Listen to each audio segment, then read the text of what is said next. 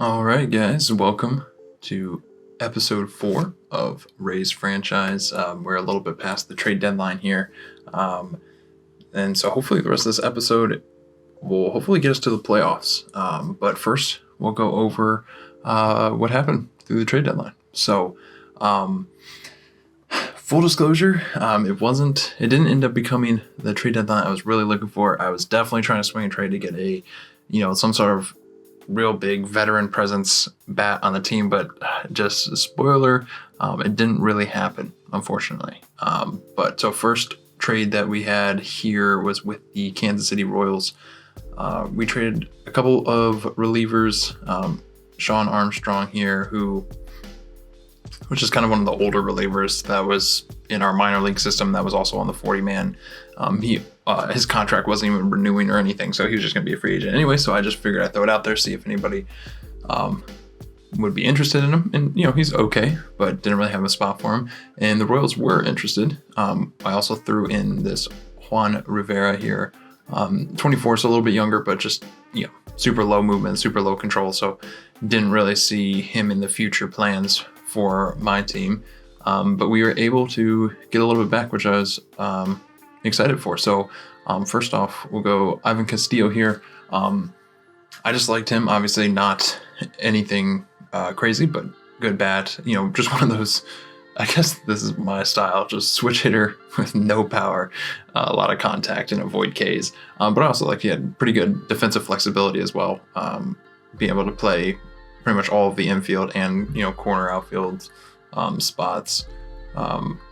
But yeah, 27, so he's a little bit older, and he isn't on the 40-man right now, so it didn't necessarily block a spot. He is eligible for the Rule 5 draft, so this offseason we'll have to kind of see if maybe he makes the team, because he was playing really well he's playing okay, I guess, for their AAA system so far in Durham. Not as great. I guess okay, but also very small sample size. So we'll keep an eye on him. But the bigger piece of the trade was this 23-year-old outfielder, Tyler Gentry, who I've actually never heard of before.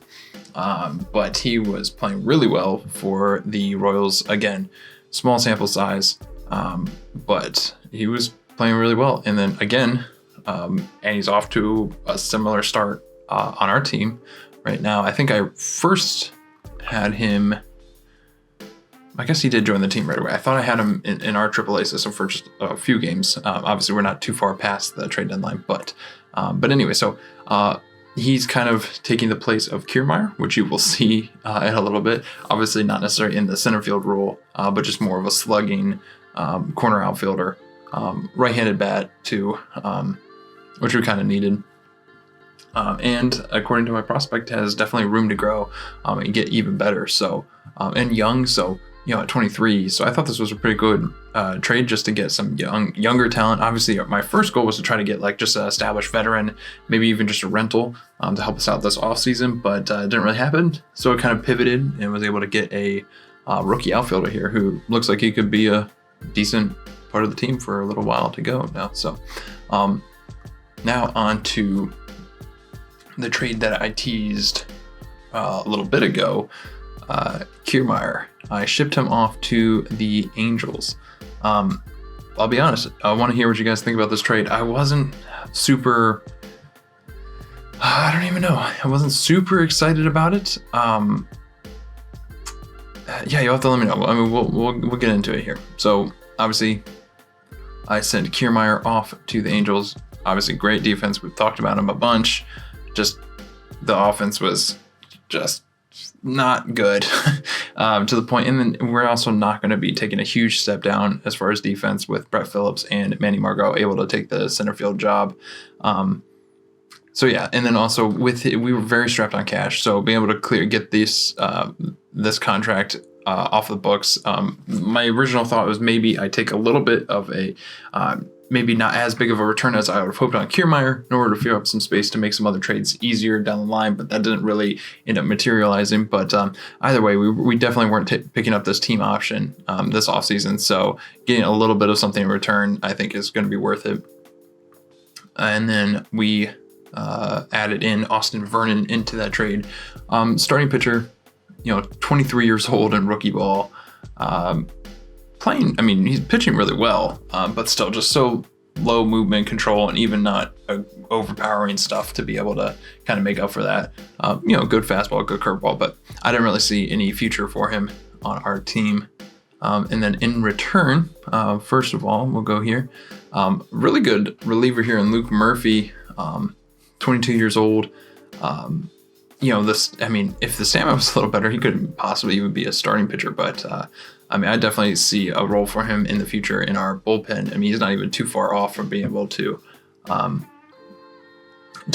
make it to the major leagues. So I was excited about this guy. Kind of got him thrown in for free. But the main piece was 25-year-old second baseman Luis Renifo, who was not necessarily, again, he hasn't played a whole bunch for the Angels this year, but in the 67 at-bats that he did get, it wasn't amazing, but my scout was really high on him as far as even having more potential to be able to get a little better. Obviously, his home run power and discipline, avoid Ks, all not quite at, or even contact as well, not even all at quite the maximum potential that my scout thinks that it could be. So I took a flyer on him. 25 years old. He is entering arbitration this year, but should be pretty cheap, it looks like. So I'm not too concerned about that. We obviously were able to. I think the main motivation of the trade was to free up some money, but then also to get a player here who is on our team right now, switch hitter, and gives us a lot of flexibility, positional flexibility. Could play all around the infield, can play some corner outfield as well. So yeah, overall I'm okay, and just in the 2 games he's appeared in for us, 1 for 4 pretty much. So can't complain. And hopefully he keeps it up. If not, he kind of right now is taking the place of Vidal Brujan, who I sent down, who is definitely struggling. But so he went back down to AAA, and Renifo is now up with our squad, along with Gentry as our 2 kind of trade deadline pieces that we added. They're currently up with the team right now. So yeah, let me see if there was anything else to show. So we did get Patino and Boz back from the injured list. Patino, I did end up sending back down to AAA because he was struggling. Obviously, he only had 2 starts, but those 2 starts were only had 5 2/3 innings pitched between the 2 of them, and just was not great. So I'm gonna let him kind of get some confidence back in AAA, and let Boz take over in the starting rotation. He also has been better, was better than Patino, but not by a lot. So we'll have to see. I have a lot of faith in Boz to pick it up here. We should just add. Our pitching was already great, but now just to add Boz in there with Rasmussen, Kluber, Yarbrough. Yarbrough was having a great year.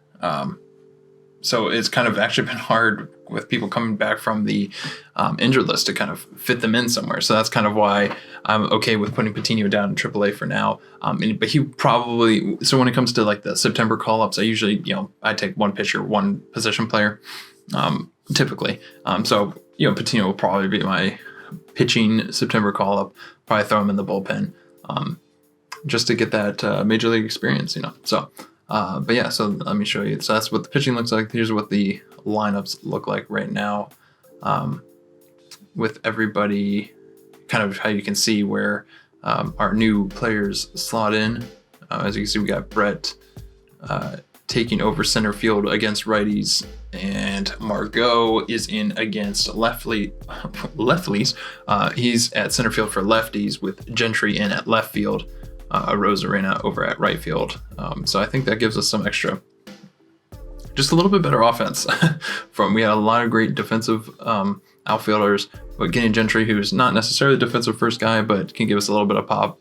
And hopefully he just continues to develop, like I said. So, and just the big thing is Rosarena is just really letting me down this year, which if he were just to get hot, I think it would put us in a great position. But real quick before I go and sim some more, I'll just show you where we're at. July was a little bit of a rough month for us, only going for a 444 winning percentage here. And August, the 4 games that we played in August has not been a great start either, unfortunately. But yeah, so hopefully we can turn it around a little bit. Let's look at the standings. Yeah, see, now we're even 3rd in the division now, behind the Blue Jays, only by 1 game to the Blue Jays. But yeah, just on a little bit of a slide here. But hopefully these new pieces pick our team up and get us into a good spot, and we can finish August off well. So I think right now I will sim through the rest of August, get to the September call up, see if anything interesting happens. But yeah, see you in a little bit. Well, guys, I come to you a very sad man, because if you can't see here is the 2022 playoffs, and if you notice here on the American League side, there is no Tampa Bay Rays. And to be perfectly honest with you, I don't even know exactly all that happened. If you look here, we were you guys saw it a little bit earlier. July, not great. Got worse in August. And then got even worse in September. We just blew up. That's all there was to it, honestly. Our offense was just not there. Our pitching tried its best to, you look at all of these statistics looking good, but just our offense just could not help out our pitching in any which way. And then which didn't help at all is if you look at the Blue Jays here, while we were absolutely just being awful, the Blue Jays got hot at the exact right time. As you can see here, look at that, 20-7 in September. Yeah, so we just at one point we were incredibly, there was no chance of catching the Yankees. Like a month ago, like a month and a half ago, honestly, we were number 1 in the division. But then the Blue Jays just started surging as we started sucking, and here we are out of the playoffs. We ended up with a straight 500 record. Man, it just stinks. If you look at May and June, we were playing great and then just imploded. And it wasn't even injuries. We're actually relatively at full strength. Yeah, I'm trying to even think if there was no injuries, no offensive injuries. Just obviously Glasnow still hurt, but yeah, man. Let's look at the pitching right here. I guess we'll start by WAR here. Our starting rotation played great. I can't really complain at all. McClanahan, Rasmussen at the top of the rotation. Kluber kind of being in the middle there. Shane Baz turned it around after kind of struggling the first little bit, the first few of his starts. He ended up pitching 63 innings this season. He went 4-5, obviously not that important, but ERA plus of 105. He put up almost 2 WAR in like 2 months worth of pitching. So yeah, he's only going to get better. If you just look at his ratings here. So having him to start the year next year will be great. Yarbrough had a great year. Can't complain. He was mostly, he started the year kind of like my 5th starter, but I think he ended up kind of in the 3 hole there for a while, the 3 spot here to end the year just because he was pitching so well. Kluber even pitched great. ERA plus a little bit, 12% below league average, but still put up 2.2 WAR. Other thing too, McClanahan, he led the league in Ks per 9, which makes sense. He's got some overpowering stuff. And then, of course, Rasmussen. Started 33 games. He very consistent. Went 13-9. But yeah, and then in the bullpen, McKay was great. Once he came back from injury as just kind of a long relief bulk guy. So it's going to be hard to not have him in the rotation going, because I remember earlier we were kind of talking about possibly him being a trade piece, just because he's out of option years and whatnot. But we got our rotation or our bullpen was already really good, but then we got people like Fairbanks, Anderson. They came back off of being on the IL, and I mean, you just look at these ERAs across the board. I mean, they're just lights out. But then you get to the offense. We'll just sort it by WRC plus here. Well, I'll go just by WAR, I guess. Yandy had a tremendous year. I mean, he put up 4.3 WAR. Yeah, I mean, you can't blame Yandy for anything. He did his thing. Kind of the big question mark for him is I was looking to possibly try to buy out, just kind of in one of his arbitration, but he really wants a long-term contract. He's obviously great at 31 years old already, though. I just don't see. I can't just justify paying him this much money. Although. Like I said, though, he still is under arbitration, so we'll have to wait and see next episode, which will be the off-season episode.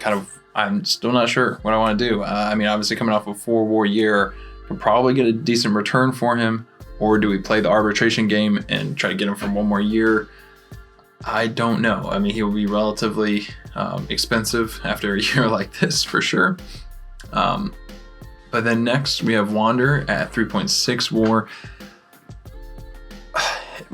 This is hard because Wander, I mean, he's only 21 years old. Obviously, I'm looking for him to be just the superstar of the future. I mean, obviously, this whole kind of series is kind of around his career, really. But man, am I to blame for not wanting a little bit more? I do also have to remind myself that he did miss like about a month's worth of games. So that is, affecting kind of his counting stats like WAR and stuff like that. But I mean, I just feel like, there's just room for improvement, which is exciting. In the end, can't say it's overall a bad thing. I mean, again, 21 years old, putting up almost 4 WAR, can I really be upset about that? No, but also I've seen Wander and other saves put up, 5 to 7 WAR in his first, full year. So we'll see. Again, that extra month of games probably could have gotten them there. But yeah, so I mean, still cannot put anything on Wander. Isaac Paredes was just consistent really the whole year. I mean, he only started 76 games, just under 300 at-bats, and, put up 2.3 WAR, 290 average. Not complaining. I mean, he's definitely a piece that I'm going to try to get a place on the next year's team for him. For sure, which I thought honestly he was going to be kind of the start this year. He was going to be more of just kind of a AAA, kind of bringing him up and down when needed for injuries and things. But he carved himself out a starting role, and I had him pretty much every day, I think, out there kind of playing either DH, first or third. Yep. So next we have Brandon Lau. Obviously, he also missed a good chunk of the season, but still was hoping for a little bit. I mean, he coming off of in real life last year, he had almost 5 WAR, 40 home runs, very close to 40 home runs, 100 RBIs. This year, almost cut in half with 20 home runs, 57 RBIs. I mean, and then also, but if you really look at bats, I mean, he's not like it's half the production, but it's not like it was half of, the chances to get those, those stats at, less than 100 here, what is it, about 70 less at-bats than the year prior. So, which, yeah, of course, you never know what those 70 at-bats could be, but still. So, I mean, definitely kind of a little bit of a regression for Brandon Lau. Definitely going to keep him on the team, still being only at $5 million. I can't be mad at that for just the power potential. Hopefully he just is the kind of all-star caliber next year. He kind of gets back out there. Again, that injury could have been nagging him a little bit. But yeah, so and we'll have to see. Once he gets a little bit more expensive, still, I mean, it's a steal of a contract, but we'll just have to see if he regresses anymore. What else here? G-Man was definitely up and down this season. I mean, only 10 home runs, would have hoped for a little bit more power. I mean, OPS plus, 13% above league average, WAR 1.7. So just a good, okay year for G-Man. It just definitely, let me see. I mean, his arbitration estimates at like 4.2 million. I don't know. I don't know if I hate it, G-Man Choi. I mean, everybody loves G-Man. But I just don't know if I can still justify a spot on the team this year. Zunino is another big one. I would love to hear your guys' feedback. Offensively, not a great year. I mean, he did hit 23 home runs. You can't complain about that. But because of his defense, he was able to, still stay pretty solidly above positive WAR. Let's see what it is. Yeah, I mean, 2-zone rating almost. It is his contract year. Let's see what he wants. I mean, he wants 2 years, $9 million. I could probably get him for 1 year, maybe $8 million. Maybe kind of do like a 2 year, have the second year maybe be a club option at like $8 million, something like that. Is that something worth it? Should I see what options are out there for catcher? I don't think there's usually a lot, but that defense and power potential, maybe getting him for 1 more year, how much better? I don't really have anybody else lined up other than, we got Francisco Mejia and then like Rene Pinto in the minor leagues. Are they really going to give us that much better offense / defense? I don't know. So we'll have to see. What else we got here? Manny Margot definitely cooled off for sure. Actually, I really was hoping for a little bit better offense. Obviously, his defense keeps it up really high. Probably going to shift. He played a lot of right field just because we have Brett Phillips in center. Probably next year he's going to be kind of full-time center fielder, which I think will obviously definitely improve his WAR and things like that, playing just such a premium defensive position. But yeah, I mean, would have loved to see a little bit better. Again, this is one of those numbers that if other players on the team were keeping it up, you would not be mad at this at all. But like when everybody's numbers are around the same area, you're not going to, it's okay, I think, to be a little disappointed. Brett Phillips, again, up and down, hit 12 home runs for us. It's okay. Great defense, obviously. Let's see here. I mean, I guess not even amazing at center. Really good at right. I don't know. Not much to say, honestly. He's just okay. I guess you can't really expect a whole lot more. It's just not his style. This is now we're getting to one of the biggest kind of letdowns of this year. Randy is just not looking like he's going to progress into that full Randy that people are still high on in real life. Let's just see. I mean, if you look, I guess he's stayed at the kind of 55 range, but his potential kind of rating has gone down. So my scout's not as high anymore on him. And if you're looking at this year's numbers, there's reason to believe that. 281 on base percentage, 226 average, 14% below league average OPS, barely positive WAR. His defense is probably pretty solid. Yeah, his defense at like left field is really good. But man, just no offense. And honestly, you have to think if Randy had an all-star level year, how different would this year be? Obviously that's just one player, but still, he's supposed to be one of the stars on the team. So Francisco Mejia, pretty solid. Backup catcher, not giving us much defensive. We've already said that a lot. But pretty good offense. So can't complain. I think I had DH decent a bit towards the end because nobody else on the team wanted to hit.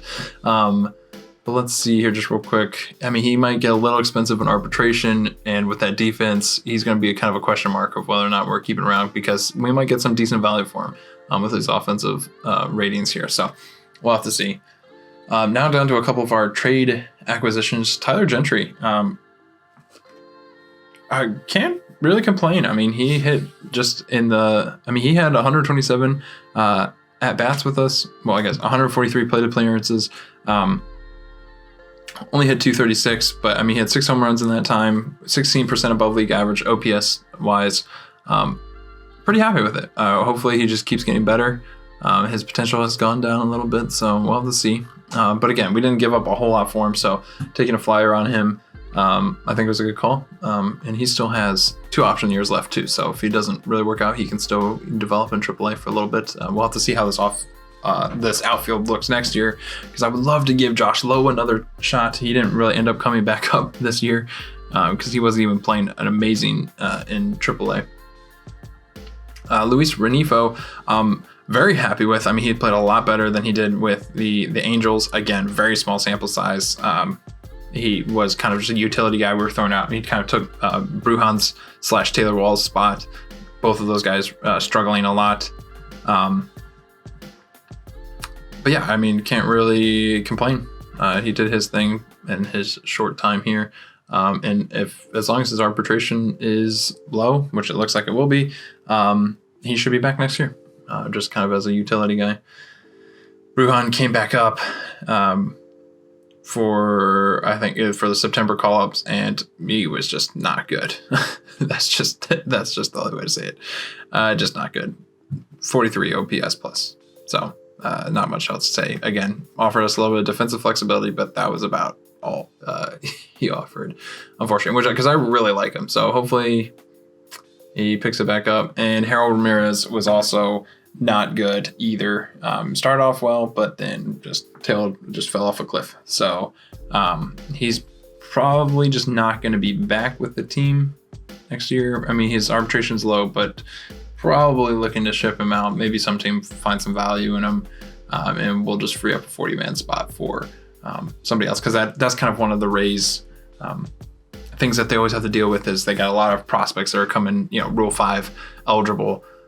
So we kind of have to, we'll take a look together. Why not? Go to the minor leagues here. I already have go all players. I already have a filter here. So it shows, Rule 5 eligible guys. Yeah, see, I mean, we got a lot of pretty solid players, a lot of pitchers. Like, I would love to see what Jacob Lopez does next year. He pitched great in AAA this year. A lefty. So he's definitely going to get on the 40-man. Curtis Mead could be our new first baseman. He played really well, AAA. His ratings are all pretty well developed. I mean, he definitely could be somebody that we bring up. He could start on the team next year. What else we got? Taj Bradley, not as developed possibly as I would like. Had a pretty good year in, I guess mostly high A. But he is also Rule 5 eligible, so we might have to put him on there anyways, but just kind of keep him down. Let's see here. And a lot of these other relievers who I will kind of go through, see who we're willing to lose, who we kind of want to put on the team. Anybody else kind of sorting by potential? Yeah. Whistler was somebody who I actually DFA'd, but he cleared waivers, so he's still with the team. So he might be back. Don't know. His contract's up, so we'd have to re-sign him. He's probably going to be somebody I'm just going to let walk because I couldn't find a trade for him, or I think I forgot to mention that. Did look for a trade for him, but wasn't a pretty big market out there for him. So yeah, I mean, so here we are. I mean, that just disappointing, honestly. I mean, this was definitely a year that I thought the Rays could make a push. I think just kind of what it comes down to is just a lot of young guys also still kind of developing. So I'm not going to be hitting the emergency button by no means. I think the team's only going to get better, even if we don't make any moves. But if we add a strong offseason on top of, kind of players developing, I think we're going to be still in a good spot. We have plenty of prospects and things coming up. So, but yeah, so I think I will take a break just for a second. So that way I'll get to, and we'll just see how the playoffs go. And then we'll kind of look forward towards the offseason a little bit. All right, well, not going to give a whole lot of time here because, wouldn't you know it, Los Angeles Dodgers beating the Houston Astros in 7 games to win the World Series. Great. Woohoo. I mean, if you're not a Dodgers or Astros fan, I'm sure you would be pretty boring or pretty bored if this was what actually happened. I was really pulling for the Angels here, who handled the Yankees. Really wanted to see Trout get his ring, with Shohei get a ring. But that just didn't happen because the Astros and the Dodgers just have to be good. So there's that. Yeah, I mean, I guess real quick, we'll just kind of look to the offseason. Oh, thank you. Ever score. Okay. I'm just trying to think. I mean, let's just look at the team. I mean, pitching, I don't really think we need a lot. Maybe one reliever, maybe one bullpen arm. But other than that, I mean, they were really good. I think offense is just the main point of improvement that needs here.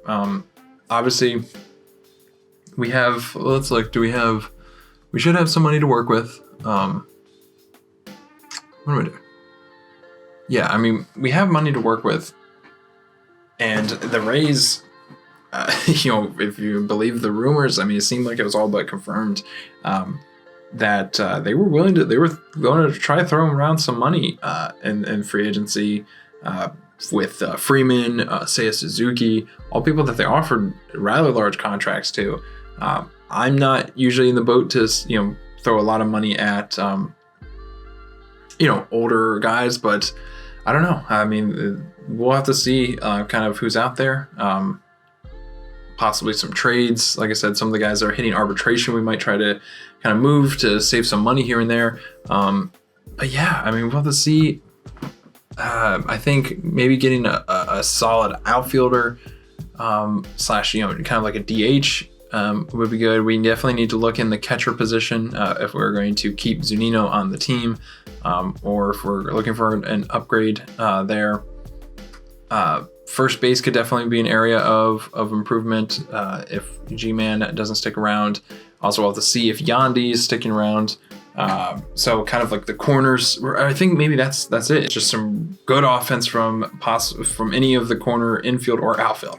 Honestly, I think that's the way to go. And we got plenty of middle infielders with Wander and Lau kind of being our starters, but you know, we got Brujan, Xavier Edwards, Isaac Paredes.